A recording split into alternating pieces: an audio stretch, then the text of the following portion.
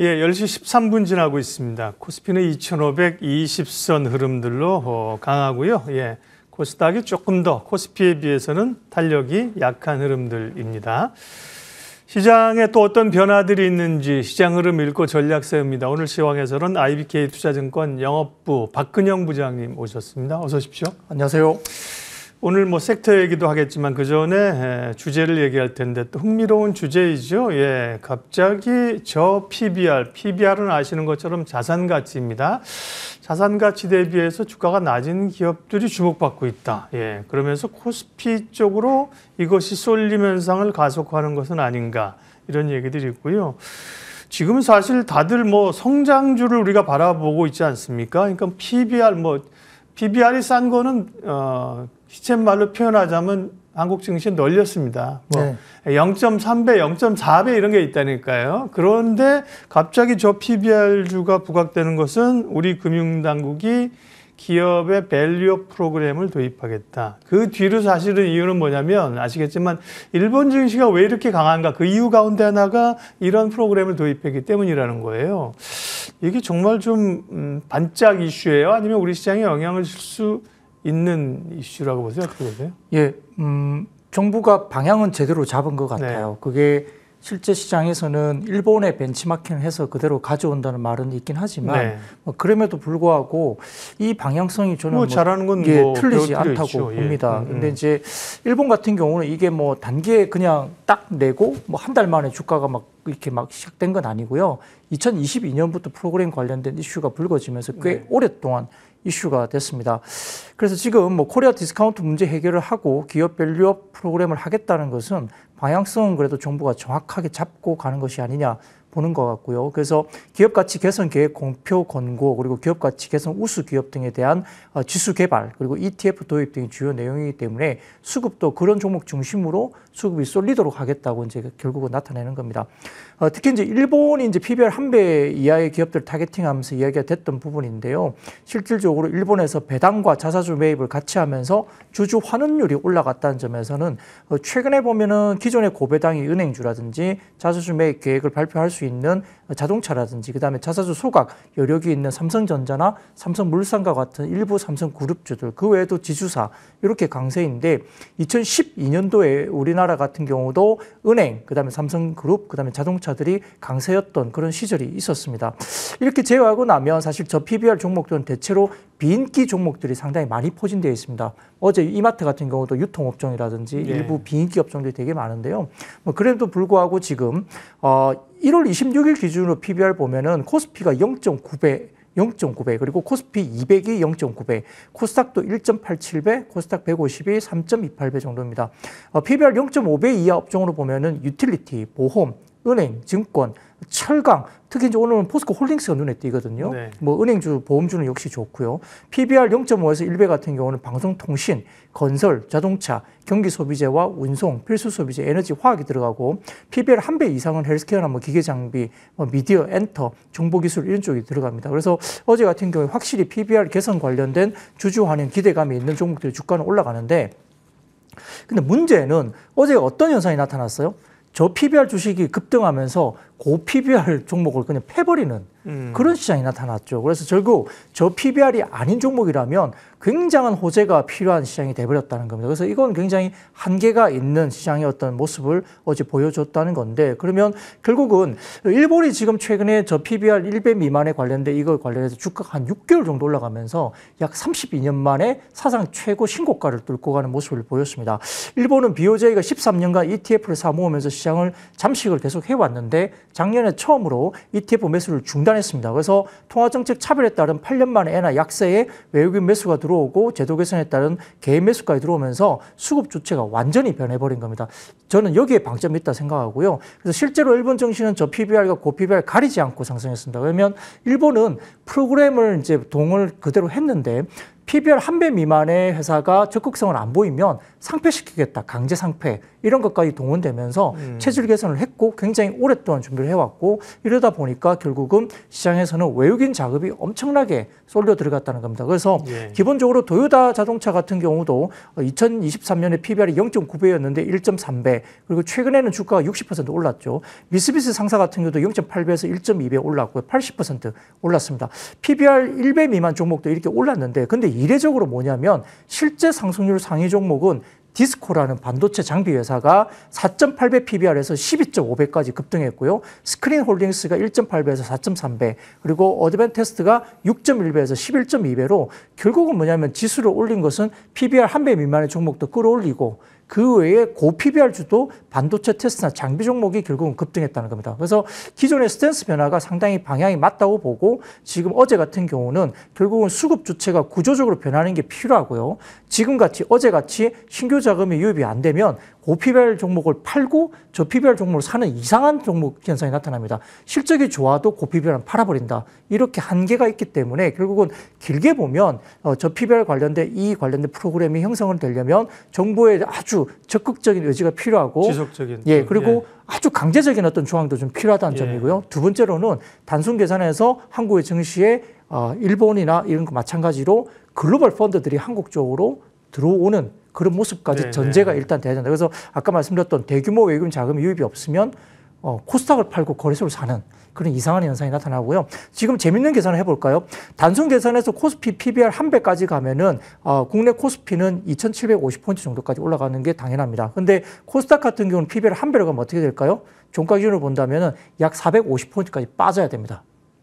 그게 좀 이야기가 안 되죠. 그렇다고 해서 코스닥을 반토막 낼 겁니까? 그건 안 되잖아요. 그래서 일단은 방향은 맞고 시작이 맞는데 이런 부분에서는 결국은 아까 말씀드렸던 저 PBR 종목이 올라가고 전체적인 수급 주체가 완전 변화가 돼야 된다. 그러려면은 기본적으로 외국인 수급이 들어와야 된다. 필요하겠습니다.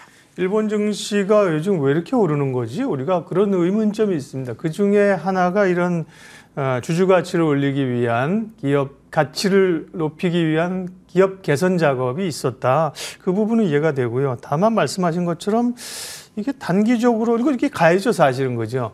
좋은 그 밸류가 있는 기업들이 올라가야 되는데 단기적으로 이게 말씀하신 것처럼 하루에 고 PBR은 팔고 저 PBR 사고 뭐 때리고 이럴 건가 하는 고민이 좀 있는 거예요. 그러니까 PBR만 그 어쨌든 증권사에서 해당되는 국내 기업들을 고르는데 그러니까 PBR만 낮다고 되는 게 아니라 또 몇 가지 좀 같이 보는 모양이죠. 관련해서는. PBR만 낮은 게 문제가 아니고요. 자사주 비율이 높거나 그리고 그다음에 예를 들어서 PBR이 낮는데 뭐 부채 비율이 높아가지고 수익을 못 내서 지금 뭐 빚 갚기 바쁜 회사들이 있지 않습니까? 그런 종목은 상당히 좀 매력도가 떨어지거나 제외를 시켜야 될 것 같고요. 그러니까 이제 예를 들어서 뭐 PBR이 0.2인데 계속 적자되면서 부채 비율이 높고 계속 이자 감당해야 되고 이러면은 사실 매력도가 떨어지는 아웃되는 종목이 되겠죠. 그래서 PBR도 낮으면서 자사주를 이미 많이 갖고 있어서 소각이 가능하거나 정상적으로 계단식이든 어쨌든 성장을 계속하면서 돈을 벌면서 추가적인 자사주를 계속적으로 살 수 있는 그런 여건에 있는 주주 환원이 가능한 종목들 섹터 그리고 뭐 PR까지도 낮으면 더 좋겠죠. 뭐 그런 것들 봐야 되는데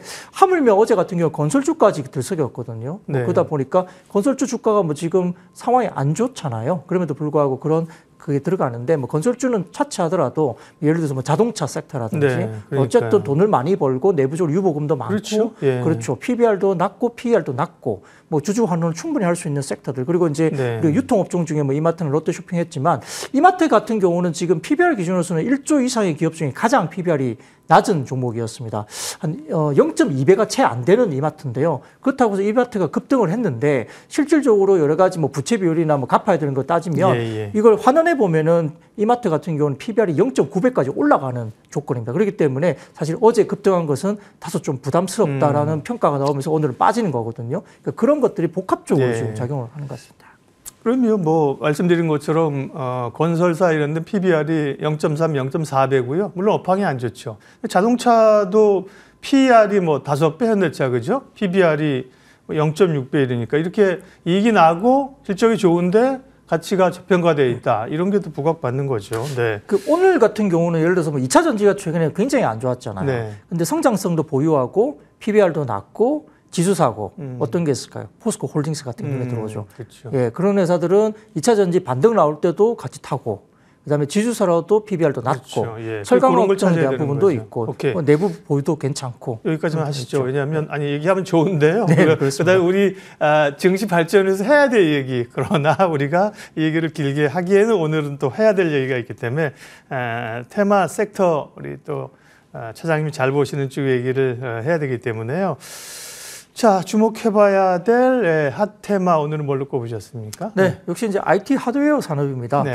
이제 우리가 이야기 나오는 게 딱 두 가지 단어가 떠오르는데 이제 비전 프로가 이제 팔리고 있고, 네, 그죠? 그렇죠. 뭐 한 20만 대 정도 판 것 같고. 예약이죠 지금은 아직 네, 2월 그렇습니다. 2일 파니까. 네. 그렇죠. 올해 한 50만 대 정도 나간다고 하는데 뭐 그런 부분. 그리고 이제 지금 게임 중에서 가장 시장에서 핫하게 이야기되는 게임이 패롤드라는 게임입니다. 네, 이게 이제 패롤드는 PC 게임인데요. 이게 네. 중요한 이제 하나의 단어가 여기에 더 붙게 되죠. 제가 보는 굉장히 중요한 단어 하나는 이게 뭐냐면 UEVR이라고 해가지고 네. Unreal Engine VR이라고 하는 겁니다. 그래서 이게 저렇게 또 영상을 찾아주셨어. 그러네요. 예, 그래서 예. 이게 왜 그러냐면 실질적으로 지금 뭐 비전 프로가 됐든 그다음에 6월에 예상되고 있는 삼성에서 XR 기기를 내든 간에 모든 하드웨어는 컨텐츠가 없으면 사실 성장을 할 수가 없고 그대로 그냥 무너질 수밖에 없는 거거든요. 근데 이제 이런 것들이 실질적으로 뭐 VR 영상 게임이 이슈가 되면서 게임 유튜버나 아니면 우리가 쉽게 생각하면 그러면 뭐 MR이나 XR 기기를 어디에 쓰냐? 뭐 앞으로는 이렇게 될 거예요. 예를 들어서 뭐 우리가 K-팝 관련된 그룹이 현지에서 콘서트를 할 때 이걸 끼고 보면 현지 영상을 바로 이제 우리가 현장에 가 있는 느낌을 주는 정도의 온라인으로 접속해서 네. 그걸 본다든지 아니면은 우리가 손흥민 선수의 EPL을 갖다가 갈 수는 없지만 TV로 그냥 보는 것과 XR 기기를 끼고 현장감을 살려서 거기서 내가 있는 것처럼 보는 것과 또 다른 이야기고 그다음에 특히 이제 게임이라든지 여러 가지 컨텐츠들 관련된 부분은 아주 잘 열려 있다고 보입니다. 그래서 지금 관련된 패럴드 관련된 이슈가 있으면서 UEVR 그러니까 Unreal Engine VR 관련해서 이제 굉장히 좀 핫하고 있는데 패럴드 같은 경우는 1월 19일에 만들어지면서 게이밍 플랫폼의 스트리밍에 이제 스팀에 발매된 게임으로 약간 어떤 느낌이냐면 포켓몬 게임. 그다음에 그러게요. FPS, FPS는 이제 뭐 슈팅을 하거나 뭐 이런 관련된 네, 게임이고요. 그다음에 젤다의 전설이라 그래가지고 우리가 닌텐도 쪽에 젤다의 전설 관련된 굉장히 예. 유명한 게임이 있는데 그런 것도 약간 겹쳐지고 생존 게이밍 여러 가지 부분도 겹쳐집니다. 그래서 이걸 여러 가지 겹쳐지면서 상당히 좀 익숙한 게임이고 굉장히 좀 우리가 좋아하는 요소를 다 모아놓은 그런 게임입니다. 그래서 약간의 좀 뭔가 좀 뺏긴 거 아니냐 이런 이야기도 이슈가 있긴 하지만 그럼에도 불구하고 발매 이후에 글로벌 시장에서 흥행을 하고 있고요. 현재 스팀 기준 1일 동접자 수가 210만 명이나 됩니다.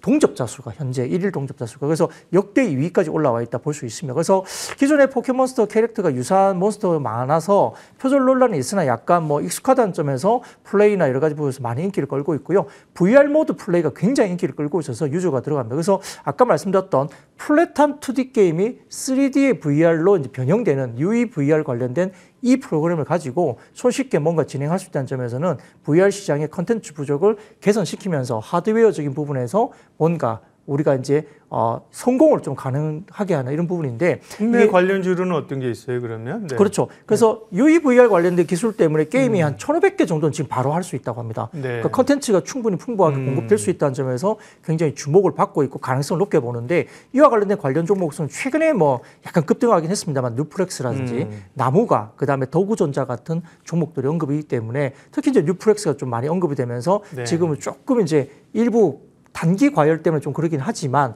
그래도 불구하고 지속적으로 좀 봐야 되지 않느냐 이런 종목들을 좀 지켜볼 필요가 네. 있겠습니다. 방송 보시는 분들의 이해를 위해서 저도 이해를 하기 위해서 스타디를 했기 때문에 말씀드리면요. 포켓몬 그림 우리 준비해 주신 거 있어요? 예. 포켓몬이라고 해서 얼마 한 2, 3년 된 것 같은데요. 젊은이들이 이렇게 스마트폰에서 뭐 저런 거 잡는다 그래서 막 쳐다보고 막 교통사고 나고 막 이런 게 있었어요. 이게 그 포켓몬이라는 거고요. 오늘 얘기한 그 팔월드라는 건 일본의 이 중소 게임사가 이제 만드는 건데 비슷하게 어떤 가상 공간에서 그러니까 그 팔이라고 하나 아까 뭐 이제 이 동물 같은 거 이렇게 막 잡고 있는 게 있었거든요. 네, 맞아요. 그래서 또 글로벌 동물 보호 단체에서는 동물 학대다 이런 얘기도 있는데 아니 동물만 잡냐 사람도 슈팅 게임도 하는데 어쨌든 논란이 있다는 거는 이 기업들에게 좋은 거죠. 그래서 이게 패럴드 굉장히 인기고 이게 이제 VR 게이밍, 애플의 비전 프로 이런 거와 관련해서 주목받고 있다. 뉴프렉스, 나무가, 더구전자 등이 최근에 오르고 있고요. 박근영 부장님께서는 이 회사 방침상 이제 뭐 추천주를 여기서 언급하시지는 이제 않고 있어서 지금 말씀하신 기업 가운데 조금 더 스터디해 볼 기업이 있으면 추가 설명 조금만 해주세요. 네, 뭐 최근에 뉴플렉스가 급등하고 지금은 이제 단기 급등 때문에 다소 좀 아마 단위 거래로 조금 바뀐 뭐 그런 뭐 상황입니다. 이제 뉴플렉스가 그래서 이제 일부 급등했기 때문에 이유에 대해서 잠깐 알아보자 이 정도 수준이고요. 그래서 앞으로 보면은 지금 주가가 급등하긴 했지만 사실 지금 올해 실적 기준에 PER이 한 8배 정도 수준으로 거래가 되고 있기 때문에 아직도 밸류에이션이 그렇게 아주 뭐 너무 비싸서 이건 좀 부담스럽다 이 정도 수준은 정말 아닙니다. 그래서 성장성을 고려한다면 조금 더 기대감을 가지고 좀 긍정적인 흐름을 볼 필요가 있겠냐 생각을 하는데요. 실제 아까 말씀드렸던 XR 시장 같은 경우는 2020년 10월에 퀘스트2 출시 이후에 가격적인 진입 장벽도 낮추면서 단기간 흥행은 성공을 했는데 역시 컨텐츠가 없어서 대중화가 실패된 것입니다. 그래서 아까 제가 말씀드렸던 UEVR 효과가 이야기되면서 지금 보급형 같은 경우는 오큘러스 XR 모델, 지금 보급형 모델이 아마 한 $199 정도가 유력합니다. 그러면은 시장에서 제법 팔릴만 한 가격입니다. 그래서 지금 시장에서 올해 출하량 예상치가 기존에 500만 대 정도 추정해서 800만 대까지 지금 추정치가 상향 조정 대폭되고 있습니다. 그런 부분들 때문에 지금 아마 $299에 출시됐던 퀘스트2의 2개 분기 누적 출하량이 800만 대 상회한 적도 있었고요. 그다음에 보급형 모델이 중국 시장에 첫 판매가 이루어지면서 대중적인 콘솔 게임의 연간 판매량이 2천만 대를 상회했다는 점에서 아마 800만 대까지의 추정치는 충분히 가능하지 않겠느냐 이렇게 바라보는 것 같고 더군다나 뉴플렉스 같은 경우는 뭐 이런 아까 말씀드렸던 PC 콘솔 게임과 관련된 UEVR 관련된 성장에 대한 뉴플렉스가 긍정적이기도 하지만 또 S24 울트라 모델이 되게 판매 비중이 증가되면 여기에 FPCB 관련된 비중이 굉장히 높습니다. 그래서 어쨌든 우리가 이제 XR, VR 뭐 이런 데서는 이제 FPC도 많이 들어가기도 하고요.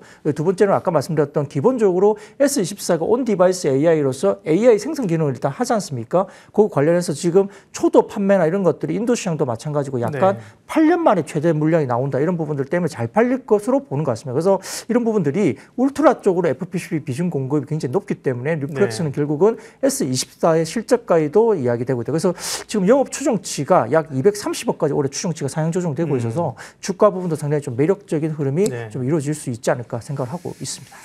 그거 봐요. 저 PBR 얘기 우리가 너무 많이 얘기했어. 섹터 얘기를 다 못했습니다. 예, 30초만 제가 얘기하면요. 저도 이제 나이를 먹다 보니까 건강 관련 기사 이런 게 눈에 막 들어오는데 장수하려면 새로운 것에 대한 관심과 도전을 많이 가져야 된답니다. 뭐 8월든 또 뭐야, 뭐 온디바이스는 뭐야 이러시면 안 되고요. 투자자들은 새로운 것에 항상 관심을 가지시고 기기도 필요하면 사보시고 게임도 사보시고. 예, 오늘 시황해설 IBK 투자증권 영업부 박근영 부장님 함께했어요. 고맙습니다. 네, 감사합니다.